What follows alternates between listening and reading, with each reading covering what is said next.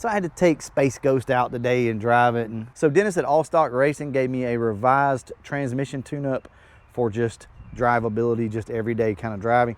And man, that made a big difference. So before we move on into today's topic, I do have a question for you.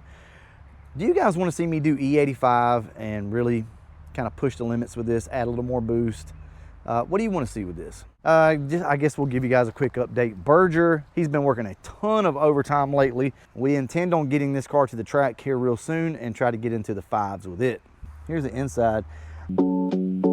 S95 life, yeah, the season done changed. Sun out, shirt fresh, and the whole fit clean. From the lake to the beach to the local car meet. This the kind of summer style that you throw on deep. White tee bright with the Cobra on show. Palm trees, gold wheels, got that old school glow. If you live that S in life, then you know this bag.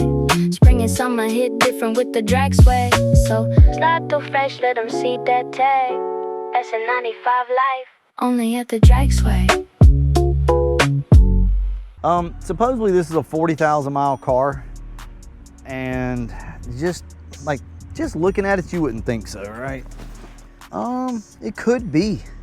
I really don't see a lot of wear on this steering wheel. What I do see is just, you know, from somebody digging their fingernails or something like that in it, but I don't think the freaking seats are that bad.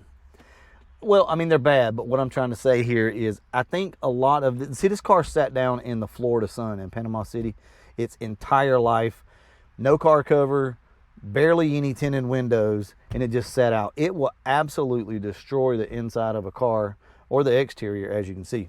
The dash itself literally shows 40,000 miles, okay? I don't see anybody changing it. It's probably true. It's just, it's hard to say, y'all. It really is. It looks like that seat's got a lot of wear, but maybe not. That's just from where the sun was just beaming down on this thing. Let's see.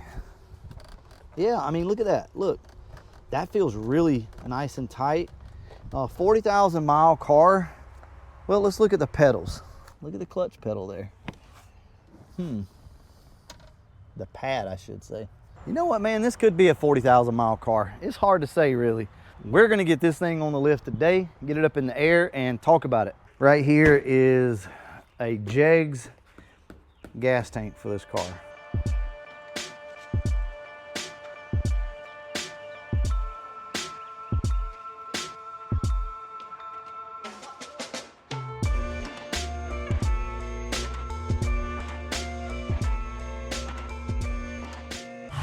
Wow, those stock mufflers, yeah. Those are stock mufflers, holy crap. But back up towards the front. Damn, that does not look bad.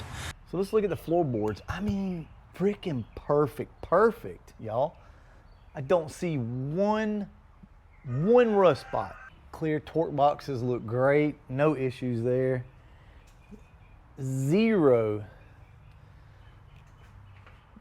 spots of rust under here. Guys, we got ourselves a nice car here. I'm sure it's gonna need new shocks and struts, and you know, we'll throw some exhaust on it, clean it up, paint some stuff underneath, but I'm not gonna go crazy. I'm not actually gonna paint the floorboards of this car, the floor pans. I'm gonna kind of leave it, I think, but we will paint under the back, like the differential, things like that. Let's talk about what we're gonna need to get this car up and running, because obviously we're missing some stuff. Well, we have our filler neck. All that is right here. The seal is a little, that's a little bent actually. So it's gonna take some tweaking. See right here? Oh yeah, we gotta order a seal. And that is completely bent to hell. So we need to clean that out, get all the dirt and everything out of that. But anyway, we have our fuel lines, as you can see. And we have the connection for the fuel pump. Yes. Connection for the fuel pump and sending unit, they're all right over here.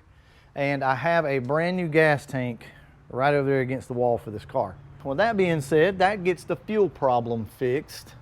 So we can send fuel up. Let's make sure we got a fuel filter. There's our lines right there. Make sure those look fine. Oof, they're getting a little rusty back here, but they're not too bad, I don't think. Go up. Yeah, those are actually pretty solid lines. See any issues there? Go up, all the lines seem to be there. So with that being said, let's go ahead and drop the car down and look under the engine bay one more time just to make sure that I wasn't wrong on all the things that we need.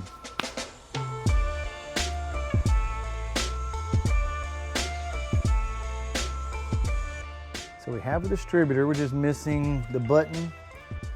And something I noticed before, you guys can't see it, I'll get you over in a minute. That looks like injector number 1, the damn plug has been cut off of it. I'll just zoom in for you guys so you can see, but back here, number 1 injector has been cut, the plug. The car does have headers on it. Over here, there's a few bolts missing in the valve cover. Let's see, a couple of vacuum lines back here that are just shot. There's some wiring again that's been cut. I don't even know what this wiring is back here, but it's been cut. Oh, that's EGR stuff, so we're not really worried about that anyway. Missing the alternator. This valve cover looks like it's sealed up. Let's check the oil in this thing and see where we're at with this. Okay, exactly what I, oh my God.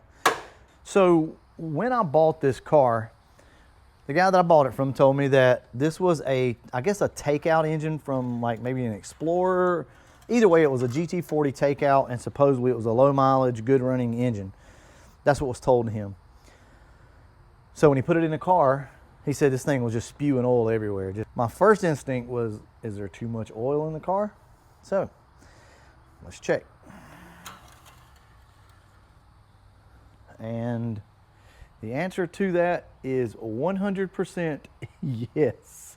There is 3 to 4 quarts too much oil in this car. Can you freaking believe that? Now, I'm not saying that that is the problem, and I don't know if you guys can even see that or not, but there is where the oil is, and that's the full line. So there's that much of a discrepancy right there. I bet you it had way too much oil in it, and that will cause all sorts of issues. Guys, we may have ourselves a good running little engine right here. Other than that, everything looks pretty good. I've owned several SNs over the years, but I never really like tore deep into them like I did with the Fox bodies. So there's a lot of little things about these cars that I don't know. For instance, we're missing our control module up here. Right here, this is where this thing plugs in at, and we are missing that, so we have to find one of those. I was hoping it was somewhere stashed in the car, but I guess not. So I'm going to take you guys and we're going to go inside of this car and just look around real quick to see kind of just overall state of the car and if we can find anything that's useful. So like we looked at before, the seats are pretty much shot, but I think that's more of a, yeah, because see, there's not a rub pattern right here. Like typically these things will wear right here. I think this is just sun damage. Also, check this out. Look how freaking clean these floor mats are. Look at that.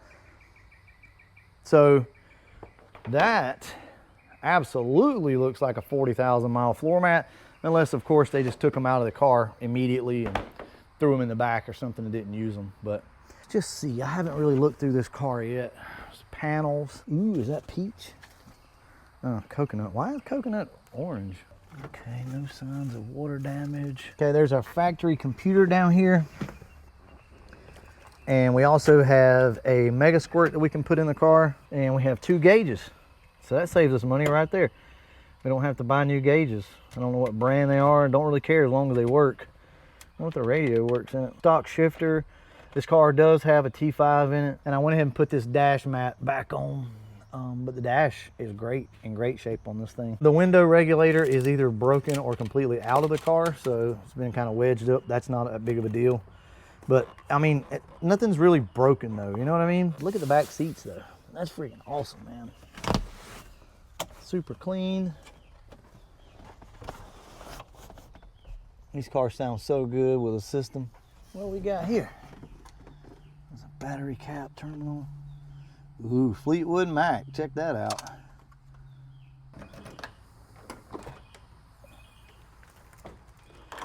Huh. We even got some connectors. But look though, the trunk's in good shape. Some of the sealant's coming off right there. That's pretty easy. Those are factory shocks for sure. Ah, look at that. Factory spare tire, y'all. Well, that's it. That is the 95 Cobra. What do you guys think about it? I'm actually very surprised. I really was worried that underneath this car was going to be a lot worse than that. Man, this thing looks great.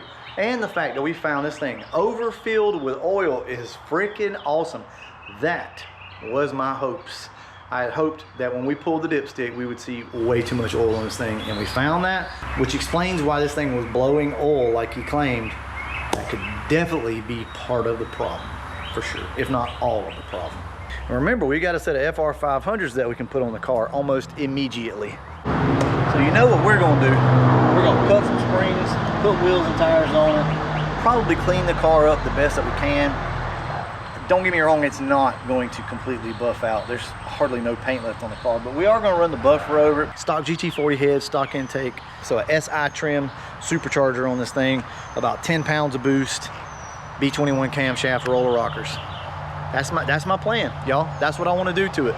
Some nice sounding mufflers, probably some Dynamax mufflers. I know, sounds crazy, right? These cars sound so good with a Dynamax straight through style muffler. So that's kind of my plan. If you guys are excited about this, please sound off below in the comment section. Also, one other thing, I've had plenty of people say, why does the Cobra emblem face the wrong way? Guys, I don't know. At some point, it probably fell off and they just stuck another one on it. It's crooked, but it is a real 95 Cobra. So that's all I can tell you guys. I do know that. All right, I'm gonna go ahead and wrap this video up. And as always, thanks for watching.